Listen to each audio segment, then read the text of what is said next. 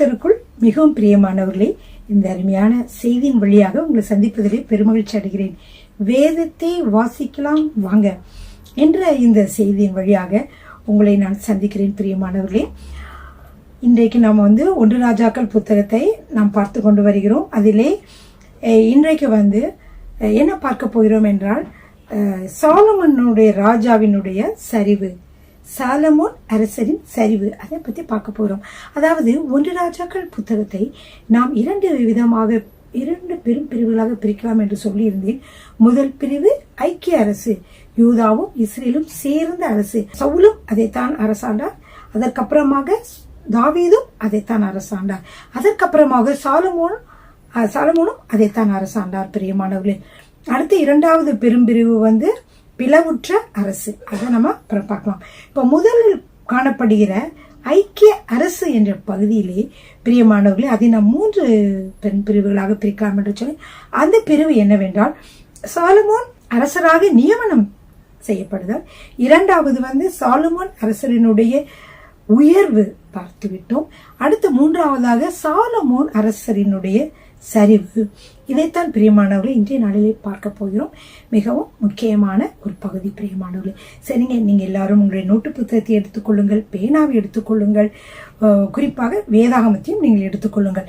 இன்றைக்கு நாம் என்ன பார்க்க போகிறோம் என்றால், 1 ராஜாக்கள் புத்தகம் 11வது அதிகாரத்தை நாம் பார்க்க போகிறோம். பிரியமானவர்களே, முதலாவது நான் உங்களுக்கு சொல்லி இருந்தேன், சாலமன் மிகவும் நன்றியுள்ளவராக, தகப்பனுக்கு அப்புறமாக, அதாவது தாவீதுக்கு அப்புறமாக சாலமோனை, எத்தனையோ குழந்தைகள் இருந்த பொழுதும் சாலமோனை அரசராக கொண்டு வந்தது, அது அரசராக மாற்றியது அவருக்கு மிகவும் மனதிற்கு சமாதானத்தையும் சந்தோஷத்தையும் கொடுத்தாக இருந்தது. கர்த்தர் மீது மிகவும் நன்றியுள்ளவராக இருந்தார். உடனே அவர் என்ன செய்தார் என்றால், அநேக பலிகளை செலுத்தினார். அநேக பலிகளை செலுத்தினது பொழுது தேவன் மிகவும் மகிழ்ச்சியோடு கூட அவருக்கு என்ன வேண்டும் என்று கேட்டு, அவருக்கு ஞானம் வேண்டும் என்று அவர் சொன்னவுடன், அதாவது சாலமன் சொன்னவுடன், தேவன் அவருக்கு ஞானத்தையும் கொடுத்து, அதோடு கூட நான் ஐசுவரியத்தையும் புகழையும் உனக்கு கொடுக்கிறேன் என்று சொன்னார். அப்படியாக தேவாதி தேவன் சாலமனுக்கு மிகவும் நல்லவராக இருந்தார். சாலமனும் மிகவும் நல்லவராக, நன்றி உடையவராக இருந்தார். பிரியமானவர்களே, உடனே என்ன செய்தார், கர்த்தருக்காக பெரிய தேவாலயத்தை கட்டினார். தேவனும் சொல்லியிருந்தார் தாவீது கிட்ட, உன்னுடைய மகன் எனக்காக ஆலயத்தை கட்டுவான் என்று. அப்படியே தாவீது என்ன செய்தார் என்றால், தாவீதுக்கு ஆண்டவர் சொன்னதுபடியே சாலமன் பெரிய ஆலயத்தை கட்டினார். மிகவும் புகழ் வாய்ந்த ஆலயம், மிகவும் என்ன சொல்றது, நிறைய தங்கத்தினாலே செய்த பொருட்களை கொண்டதாக உள்ள வலிமை வாய்ந்த கேதுரு மரங்களாலே கட்டப்பட்ட, உயர்ந்த மரங்களாலே கட்டப்பட்ட ஒரு ஆலயமாக அவர் கட்டினார் சாலமன் என்று பார்க்கிறோம். தேவனும் அவருக்கு அநேக ஐஸ்வர்யத்தை கொடுத்திருந்தார். பிரியமானவர்களுடைய வாழ்க்கையை பார்க்கிற பொழுது அவருக்கு அநேகமான நன்மைகளை தேவன் செய்திருந்தார். ஆனாலும் அவர் சில உடன்படிக்கை, அவரோடு கூட உடன்படிக்கை செய்து கொண்டிருந்தார். அதாவது உடன்படிக்கை என்பது என்னவென்றால், நாம் அவரும் இன்னொருவரும் சேர்ந்து ஒரு உடன்படிக்கை செய்து கொள்வதுதான். தேவன் இவரோடு கூட உடன்படிக்கை செய்து கொண்டிருந்தார். என்ன உடன்படிக்கை என்றால், நீ என்னுடைய தாசனை போல நீ என்னுடைய கற்பனைகளை கை கொண்டு எனக்கு கீழ்ப்படிந்து நீ நடந்தாயானால், வேறு தேவர்களை வழிபடாமல் எனக்கே நீ ஆராதனை செய்து நடந்து கொண்டு வந்தால், எனக்கு நீ உத்தமம் உண்மையுமாய் இருப்பாயானால், உனக்கு பின்வரும் உன்னுடைய வாரிசுகள், அதாவது அடுத்த ராஜாக்கள் சிங்காசனத்தின் மீது வீற்றிருக்கக்கூடிய ஒரு புருஷன் உனக்கு இல்லாமல் போவதில்லை. அப்படின்னா என்னன்னா, உனக்கு அடுத்து உன்னுடைய மகன் ஆட்சி செய்வான், அதுக்கு அடுத்து உன்னுடைய பேரன் ஆட்சி செய்வான். அப்படி வழி வழியாக இங்கே அரசாட்சி செய்வீர்கள். எப்பொழுதெல்லாம் எனக்கு நீங்கள் உண்மையாக நீங்கள் இருந்தீர்கள்னால் அப்படி நடக்கும் என்று சொல்லி இருந்தார். ஆனால் சாலமன் என்ன செய்தார் தான் இந்த காரியத்தில் பார்க்க போகிறோம். பிரியமானவர்களே, எல்லாரும் நோட்டு புத்தகத்தை எடுத்துக்கொள்ளுங்கள். இந்த 3வது பகுதியான சாலமன் அரசரின் சரிவு என்ற பகுதியிலே நாம் என்னவென் பார்க்கிறோம் என்றால், முதல் பிரிவு, பெரிய பிரிவு என்னவென்றால், தேவனுடைய உடன்படிக்கைக்கு கீழ்ப்படியாமல் போன சாலமோன். இது அதிகாரம் 11வது அதிகாரத்திலே 1 to 8 வரைக்கும் நாம் வாசிக்கலாம். பிரியமானவர்களே, இது ஒரு ஏ பிரிவு. ஏன்னு சொல்லுவோமா, ஏ தேவனுடைய உடன்படிக்கைக்கு கீழ்ப்படியாமல் போன சாலமன். ஏ. பி என்னவென்றால், சாலமோன் தேவனுடன் உள்ள உடன்படிக்கையை உடைத்ததினாலே என்ன நடக்கிறது என்றால், உடைத்ததினாலே விளைவுகளை நம்ம பி பிரிவில் பார்க்கிறோம். பி என்னன்னா, சாலமோன் தேவனுடன் செய்து கொண்ட உடன்படிக்கையை அவர் உடைத்ததினால் உண்டான விளைவுகள். அதை வந்து பி பிரிவில் பார்க்கலாம். அடுத்ததாக சி பிரிவில் என்ன பார்க்கிறோம் என்றால், தேவன் வந்து அவன் உடன்படிக்கை மீறிதனாலே தேவன் கொடுக்கக்கூடிய தண்டனையை வந்து சி பிரிவிலே நாம் பார்க்கிறோம் பிரியமானவர்களே. சரிங்க, இப்போ ஏ பிரிவுல நம்ம என்ன பார்க்க போகிறோம் என்றால், தேவனுடைய உடன்படிக்கைக்கு கீழ்ப்படியாமல் போன சாலமோன் அரசர்.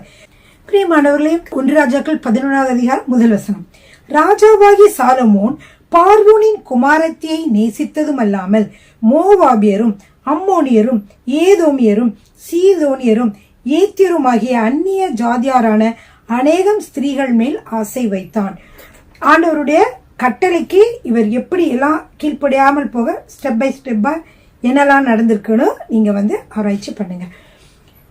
1வது வசனம் 11:1. ராஜாவாகி சாலமோன் பார்வோனின் குமாரத்தியை நேசித்தார். அது உங்களுக்கு எல்லாருக்கும் தெரியும், முதலாவது மனைவி.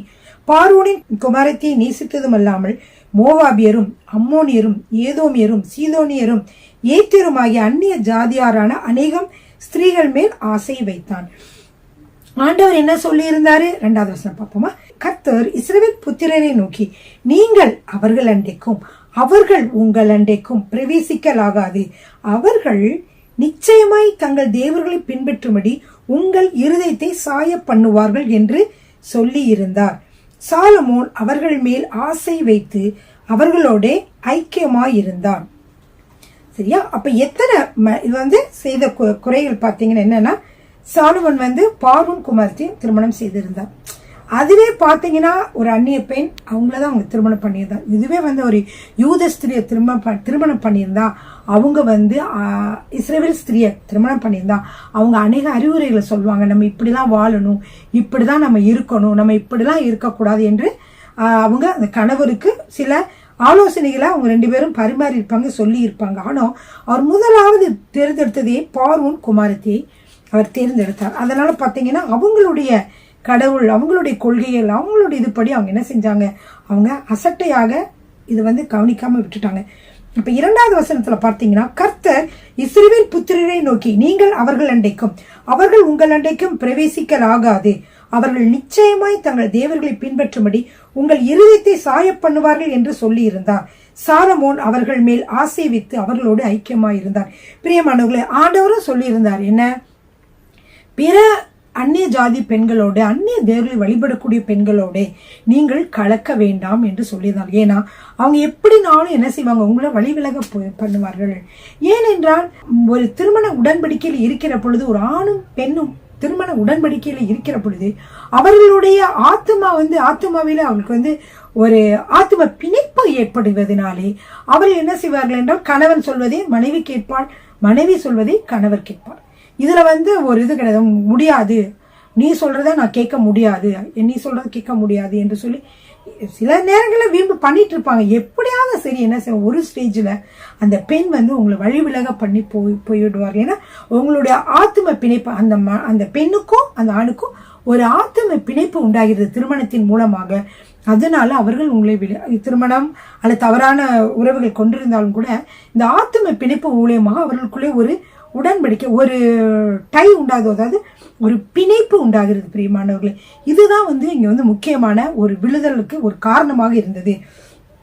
அப்போ அவன் என்ன செய்தானா, அவர்கள் மேல ஆசை வைத்து அவர்களோட ஐக்கியமா இருந்தான்.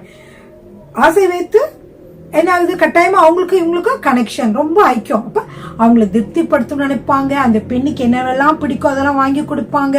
அப்படிலாம் செய்யும் போது அவங்க என்ன கடவுள் பத்தி என்ன சொல்றாங்களோ அதுதான் கரெக்ட்னு இவங்களும் என்ன செய்வாங்க, அவங்களுக்காக செய்வாங்க. அப்படிப்பட்ட சூழ்நிலைகள் வந்து உருவாகிறத நீங்க பார்க்கலாம், படிப்படியாக உருவாக பார்க்கலாம். அப்போ அவனுக்கு வந்து பிரபுக்கள் குலமான 700 மனையாட்டிகள் இருந்தாங்க. மனையாட்டிகள் வைஃப் எத்தனை பேர் இருக்கிறாங்க, 700 வைஃப் இருக்கு, 700 வைஃப் இருக்காங்க. அடுத்ததா பாத்தீங்கன்னா 300 மறுமனையாட்டிகள். இந்த வைஃப் வந்து திருமணம் பண்ணி என்னோட மனைவி திருமணம் பண்ணது மட்டும் இல்லாமல் திருமணம் ஆகாத வந்து பிற பெண்களையும் வந்து அவங்க இது கல்யாணம் பண்ணாம வைத்திருந்தார். இதெல்லாம் என்னது, இது பேர் வந்து மறுமனையாட்டிகள். இந்த மறுமனையாட்டிகள்லாம் பாத்தீங்கன்னா 300 பேர் இருந்தாங்க. இவங்க எல்லாருமே அவனுடைய ஸ்திரீகள் அவன் இருதயத்தை வழுவி போக பண்ணினார்கள். இப்போ இங்க கர்த்தரோடு உடன்படிக்கை பண்ணின அந்த சோலமன் வந்து இப்ப என்ன செய்யறாரு, நிறைய பணம் இதெல்லாம் வந்ததுக்கு அப்புறம் இந்த மாதிரி ஆகிறாங்க. ஆக்சுவலி பாத்தீங்கன்னா இந்த பணம் பார்த்தீங்கன்னா அவருக்கு ரொம்ப அதிகமா வந்தது. சில சமயங்கள்ல அது வந்து பணத்தை சேர்த்து வைத்தார். சேர்த்து வைக்கிறதுக்காக பட்டணங்களை கட்டினார். வீரர்களுக்காக பட்டணங்கள், நிறைய காரியங்களை வந்து அவர் வந்து செய்யறாரு பாக்குறோம். ரதங்களுக்காக பட்டணங்கள் அப்படின்னு சொல்லி கட்டி கட்டி அப்படியே ஃபுல்லா அவர் செஞ்சுட்டே இருக்காரு இல்லையா. அவர் 20 வருஷமா கட்டி முடிச்சாரு. அதுக்கடுத்து 20 வருஷமும் அவர் சந்தோஷமா வாழ்ந்திருக்காரு. அப்போ இந்த நாட்கள்ல அவர் என்ன பண்ணினாங்கன்னா, இவங்க வந்து இவர் வந்து என்ன செய்துட்டார்னா, இந்த பெண்களை வந்து நிறைய பெண்களை திருமணம் செய்து அவர்களை பிரியப்படுத்த வேண்டும் என்று அந்த ஒரு காரியத்திலேயே அவர் இருந்தார். மக்கள் எல்லாரும் என்ன பண்ணிட்டு இருந்தாங்க, எல்லாருக்கும் வந்து அவங்க வந்து இவர் கவனிக்கவே இல்லை. நிறைய தலைவர்கள் பார்த்தீங்கன்னா 550 பேர் வந்து எப்படின்னா ஒவ்வொரு இடத்துல கூட பெரிய பெரிய பெரிய ஆபீசர்ஸ் மாதிரி பெரிய ஆட்கள் வந்து தளபதிகளா இருந்து அவங்களுக்கு வந்து நம்ம ஊர்ல சொல்றோம் மந்திரிகள், அப்புறம் மேயர்லாம் சொல்றோம்ல, ஒரு குறிப்பிட்ட அந்த மாதிரி ஒவ்வொருத்தவங்களுக்கும் கண்காணிக்க பொறுப்புகளை கொடுத்திருந்தாரு. அவங்களுக்கு கீழே சாப்பாடு விஷயங்கள் எல்லாவற்றையும் கவனிக்கிறதுக்கு 12 பேர் மணியக்காரர்கள் வச்சிருந்தாரு. ஒவ்வொருத்தரும் ஒவ்வொரு மாதத்துக்கு அவங்க வந்து பொறுப்பெடுத்துக்குவாங்க. அப்ப அந்த ஒரு மாதத்துக்கு பொறுப்பெடுக்கும் பொழுது அவங்க வந்து எல்லாம் பொறுப்பெடுத்துக்கிறாங்க. அந்த மாதிரி அப்படி இந்த மாதிரி மற்ற அரசர்களும் இவருடைய ஞானத்தை கேட்பதற்காக வருகிற பொழுதெல்லாம் நிறைய கிஃப்ட்ஸ் கொடுத்தாங்க. இப்படியே கொடுத்ததுனால அவர் பணக்காரரா இருந்தார். கரெக்டா? சரி, பணக்காரரா இருந்தது மட்டும் அல்ல, இதுவும் ஒரு காரணம். எப்பொழுதும் பணம் குவிஞ்சிருக்குது. அடுத்தது பணம் சம்பாதிக்க வேண்டும் என்ற ஒரு எண்ணம் எதுவுமே கிடையாது. அப்போ அவங்களுக்கு அடுத்ததா என்ன போகுது, எப்படி இந்த வாழ்க்கையை நம்ம வந்து சந்தோஷமா அனுபவிக்கலாம் என்று சொல்லி அவங்க தவறான முடிவுகளை தவறா வந்து என்ன செய்யறாங்க, எடுத்து கொள்வதை பார்க்கிறோம் பிரியமானவர்கள். அநேக நேரங்களிலே பணங்கள் வந்து அநேகமா சம்பாதிக்கும் பொழுது பாத்தீங்கன்னா கர்த்தர் வந்து நிறைய பேருக்கு வந்து நிறைய பணங்கள் வந்து ரொம்ப பேர் கிறிஸ்தவர்களா இருந்தா கூட பாத்தீங்கன்னா அவங்களுக்கு எல்லாருக்குமே வந்து என்ன செய்ய மாட்டேங்கிறாரு, முழுவதுமாக அவங்களுக்கு வந்து ஐஸ்வர்யத்தை நிரம்பி வடிகிற ஐஸ்வர்யத்தை கொடுக்க மாட்டேங்கிறார் ஆண்டவர். ஏன்னா பாத்திரம் அறிந்து பிச்சையிடு, அதாவது அவங்களுடைய குணம். இந்த பணத்தினால அந்த குடும்பம் வந்து வழி விலகி போயிடக்கூடாது. இந்த பணத்தினால என்னுடைய தாசன் வழி விலகி போயிடக்கூடாது. இந்த பணத்தினால வந்து என்ன செய்யக்கூடாது, ஊழியக்காரன் வழி விலகி போயிடக்கூடாதுன்றக்காதான் ஆண்டவர் வந்து அளந்துதான் ஒவ்வொருத்தவங்களுக்கும் வந்து கொடுக்கிறாரு. ஆனா அவர் வந்து உண்மையிலே வந்து அவர் நிறைய நம்மளை ஆசீர்வதிக்க முடியும். நிறைய ஊழியக்காரர்களும் ஆசீர்வதிச்சிருக்கிறார். ஆனா அவங்க எல்லாமே என்ன, ஒரு முக்கியமான ஒரு காரியத்துல அவங்க சரியா இருக்கணும். அந்த பணத்தை தேவையில்லாம அல்லது கர்த்தருக்கு பிரியமில்லாத காரியத்துல அவங்க செலவழிச்சிடவே கூடாது. ஏன்னா நமக்கு யார் ஐஸ்வர்யத்தை கொடுக்கிறாரு, நம் தேவன் தான் நமக்கு ஐஸ்வர்யத்தை கொடுக்கிறார். அதனால அதை செலவழிக்கிற பொழுது தீதான காரியத்தை, கர்த்தர் மிகவும் அருவருக்கிற காரியம் வந்து விபச்சாரம், அசுத்தம், இதெல்லாம் அவருக்கு பிடிக்கவே பிடிக்காது. சோ இந்த பணம் அதிகமா இருக்கும் பொழுது அந்த பணம் அதிகமா வச்சிருக்கிறவங்கள இந்த அசுத்த ஆவிகள் வந்து அட்ராக்ட் வர பார்க்கும். பெண்களா இருந்தாலும் சரி, ஆண்களா சரி, யார் அதிகமான பணம் வச்சிருக்காங்களோ அவங்கள நோக்கி ஒரு ஆண் வந்து நிறைய பணம் வச்சிருந்தா அந்த பெண்களுக்கு வந்து அவங்க பக்கமே கண்ணு போகும். வேற எந்த காரியத்துக்காக அவங்கள நேசிக்காட்டியும், ஓ இவர் ரொம்ப ரிச்சா இருக்காரு, இவர் இப்படிதான் மடைக்கிறோம், ஓ இவர் இப்படி இருக்கிறார், நம்ம இது பண்ணிடுறோம் அப்படின்னு சொல்லி இந்த பெண்களுக்கு வந்து தவறான பெண்களுக்கு இந்த தவறான எண்ணங்கள் வருகிறது பிரியமானவர்கள். எனவே இந்த பணம் அதிகமா வச்சிருக்கிறவங்க என்ன செய்யணும்னா, தேவனுக்கு பிரியமான வழியில் ஏழைகளுக்கு உதவி செய்வதற்கு, அல்லது அனாதை ஆசிரமங்கள் கட்டுவதற்கு, அல்லது வயோதிபர்களுக்கு உதவி செய்ய, இந்த பிச்சைக்காரங்களா இருக்காங்களே அவங்களுக்கு ஒரு இது மாதிரி ஒரு என்ன சொல்ல இல்லம், அவர்களுக்கு ஒரு இல்லம் மாதிரி செய்யலாம். இப்படிப்பட்ட மற்ற காரியங்கள்ல கர்த்தர் கொடுத்த பணத்தை அவர்கள் செலவு செய்யலாம்.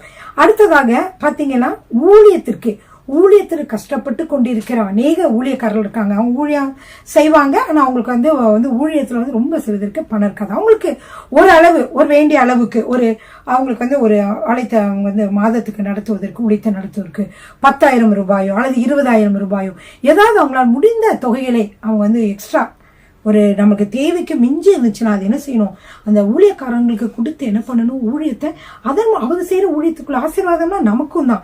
இப்ப நம்மகிட்ட ஊழியம் செய்யறோம், இப்ப மிதமிஞ்சி பணம் இருக்கு, அது 10 ஊழியக்காரர்களை தாங்குகிற பொழுது, அந்த 10 ஊழியக்காரர்கள் உற்சாகமாக ஊழியம் செய்கிற பொழுது அவ்வளவுக்கும் உள்ள பலன்லாம் கர்த்தர் நமக்கு கொடுப்பார்.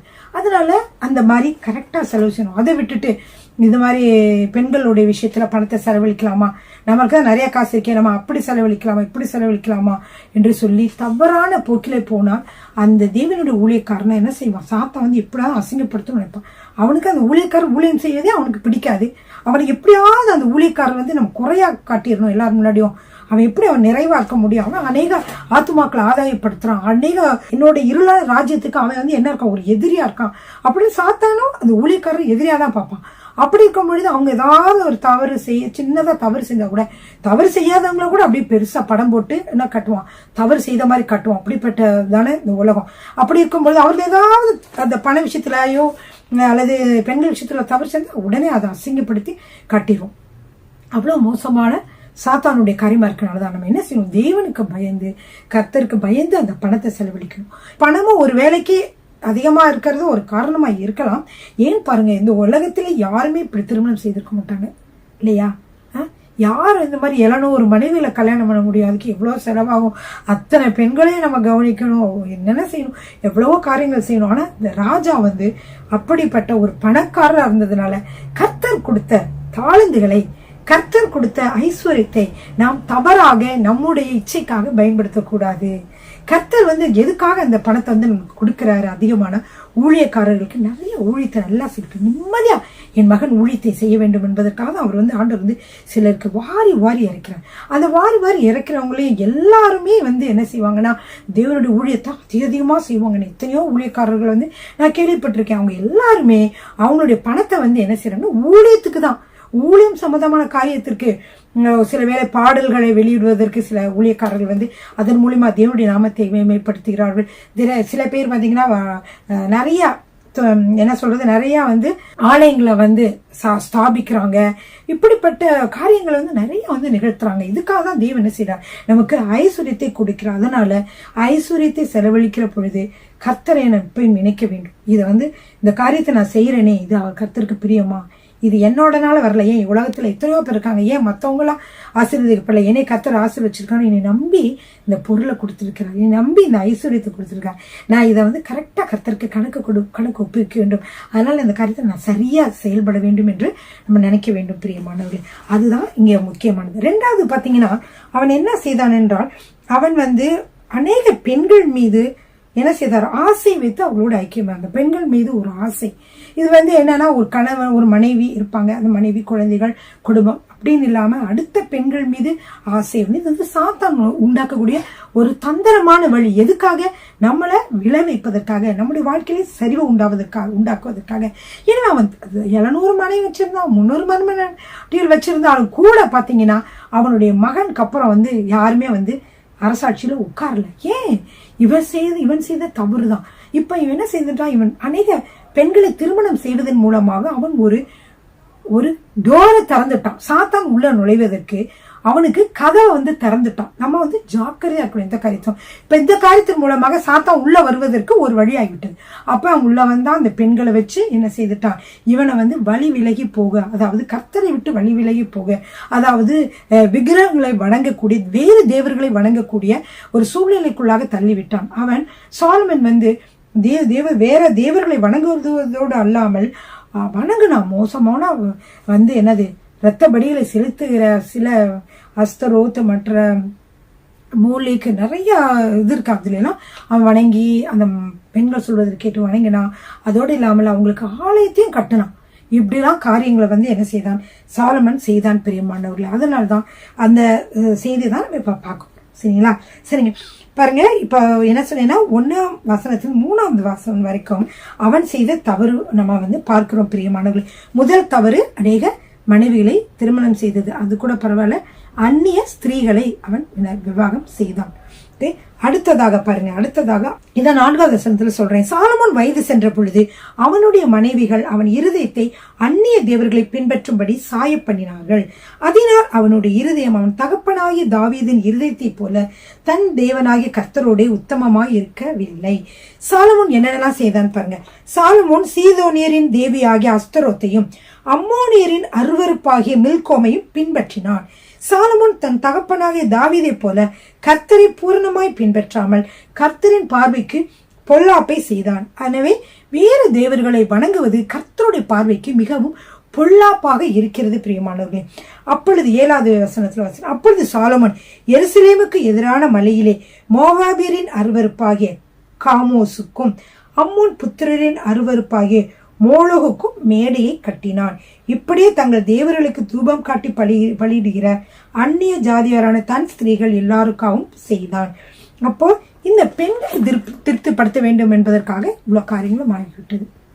எனவேதான் பவுல் சொல்றாரு, நீங்க அந்நிய நுகத்தோடு நீங்கள் பிணைக்கப்பட வேண்டாம். ஏன்னா அவங்க கட்டாயமா உங்களை வழி விலகை பண்ண செய்வாங்க இல்லையா? அதனால இயேசு கிறிஸ்துவ தேவனை வழிபடாத மற்றவர்களை நீங்க திருமணம் செய்தீர்கள் என்றால் உங்களுக்கு ரொம்ப கஷ்டமா இருக்கும். உங்களுக்கு குழந்தை பிறக்கும், அந்த குழந்தை அங்க போய் நாங்க பிரதிஷ்டை பண்ணுவாங்க, அவங்க கோயிலுக்கு கொண்டு பண்ணுவாங்க, இது பண்ணுவாங்க. இப்போ உங்க தாயார் இருப்பாங்க, அவங்க தேவன் வழியில் நடத்தணும்னு இருப்பாங்க. அந்த பெண்கள் அவங்க வழி நடத்தணும்னு. இது என்ன ஒரு குழப்படி! ஒரே ஒரு திருமணம் பண்றோம், அது ஒண்ணு தேவனுக்கு பிரியமான ஒரு திருமணத்தை பண்ணி நம்ம வாழ்றது ரொம்ப நல்லது. அந்த வாழ்நாள் முழுவதும் நீங்க என்ன செய்வீங்க? ரொம்ப மனசு வேதனைப்படுவீங்க. அம்மாவுக்கு பிடிச்சது, அப்பாவுக்கு பிடிச்சது, அதெல்லாம் நம்ம செய்ய முடியாது, தேவனுக்கு பிடிச்சது செய்ய முடியாது. அப்படிப்பட்ட சூழ்நிலைகள் உங்கள் வாழ்க்கையில் உருவாகிவிடும் பிரியமானது. எனவே இந்த காரியத்துல நம்ம ஒவ்வொருவரும் மிகவும் கவனமாக இருக்க வேண்டும். ஹல்லேலூயா. பிரியமானவர்களே, ஒரு அருமையான பாடல். ஹல்லேலூயா. மிகவும் பழைய பாடல் தான், ஆனால் கர்த்தருடைய அன்பை நினைத்து ஒரு பாடின பாடல். பிரியமானவர்களே, முதல் நாள், அதாவது நான் ரட்சிக்கப்பட்ட உம்மை அறிந்த நாளிலே உம்முடைய அன்பை கண்டதினாலே நான் என்னையே வெறுத்தேன் என்று பொருளுடைய ஒரு பாடல். ஹல்லேலூயா. ஏனென்றால் இனிமேல் என்னுடைய ஆசை அல்ல ஆண்டவரே உம்முடைய ஆசை, எனது விருப்பம் அல்ல ஆண்டவரே உம்முடைய விருப்பம் என்பதான ஒரு அருமையான பாடல். ஹல்லேலூயா. ஆமென். ஒரு நாளும் தயை கண்டேனையா, அந்நாள் என்னை வெறுத்தேனையா. ஒரு நாள் உந்தையை கண்டேனையா, அந்நாள் என்னை வெறுத்தேன் ஐயா. உந்தையை பெரிதையா என் மேல், உந்தையை பெரிதையா, உந்தையை பெரிதையா என் மேல், உந்தையை பெரிதையா. அன்பே அன்பே அன்பே ஆருயிருறவே, ஆனந்தமானந்தமே ஆனந்தமானந்தமே.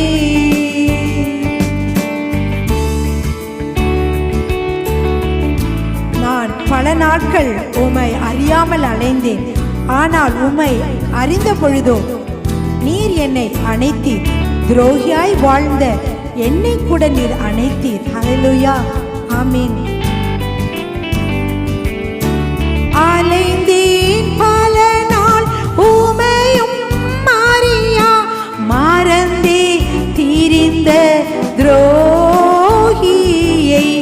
அலைந்தேன் பல நாள் உம்மையும் அறியா, அலைந்தே திரிந்த துரோகியை அனைத்தீர் அன்பாலே, என்னையும் அனைத்தீர் அன்பாலே, அனைத்தீர் அன்பாலே, என்னையும் அனைத்தீர் அன்பாலே. அன்பே அன்பே அன்பே ஆருயிர் உறவே, ஆனந்தமானந்தமே ஆனந்தமானந்தமே. பூலோ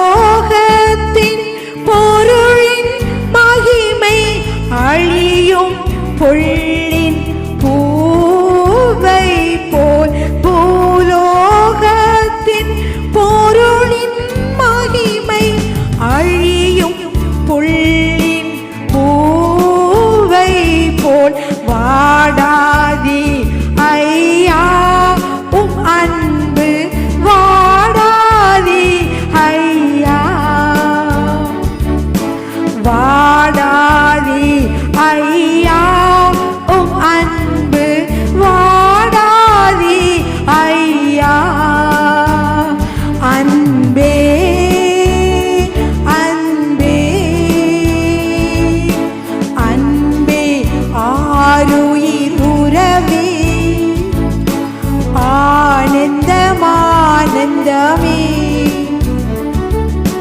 ஆனந்தம் ஆனந்தமே ஆனந்தம் ஆனந்தமே.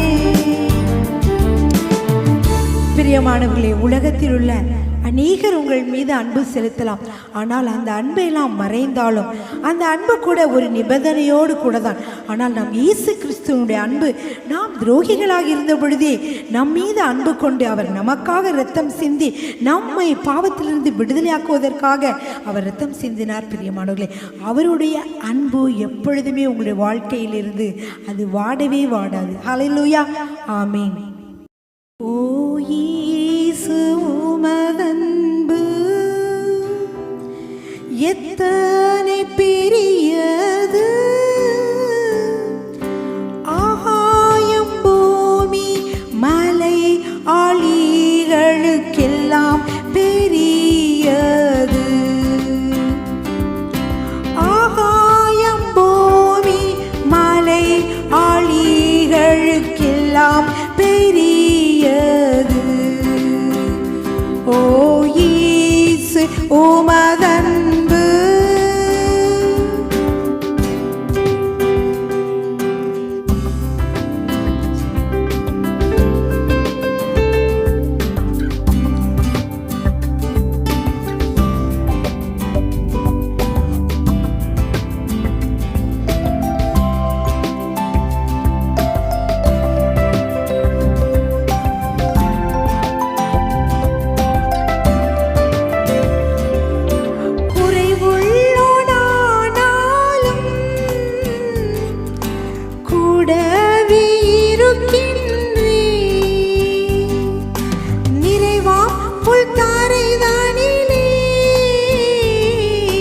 மெதுவாக நடத்துகின்றே.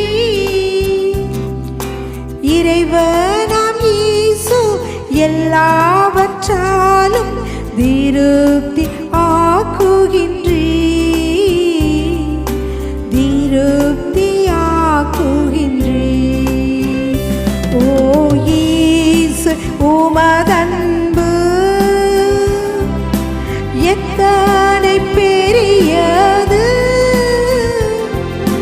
ஆகாயம் பூமி மலை ஆளிகளுக்கெல்லாம் பெரியது.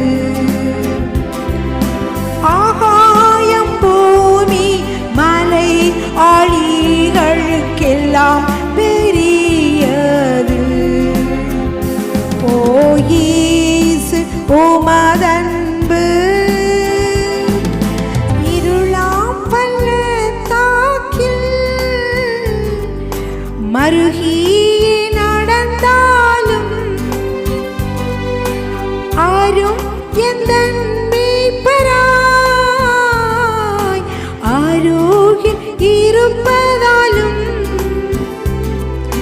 கருணையால் என்னை கரம் பிடித்து கர்த்தரை காப்பதாலும், கருணையால் என்னை கரம் பிடித்து கர்த்தரை காப்பதாலும், கர்த்தரை காப்பதாலும். ஓ இயேசு உமதன்பு எத்தனை பெரியது,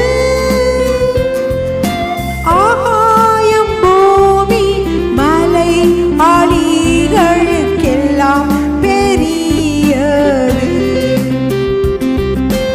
ஆகாயம் பூமி மலை ஆளிகளுக்கெல்லாம் பெரியது.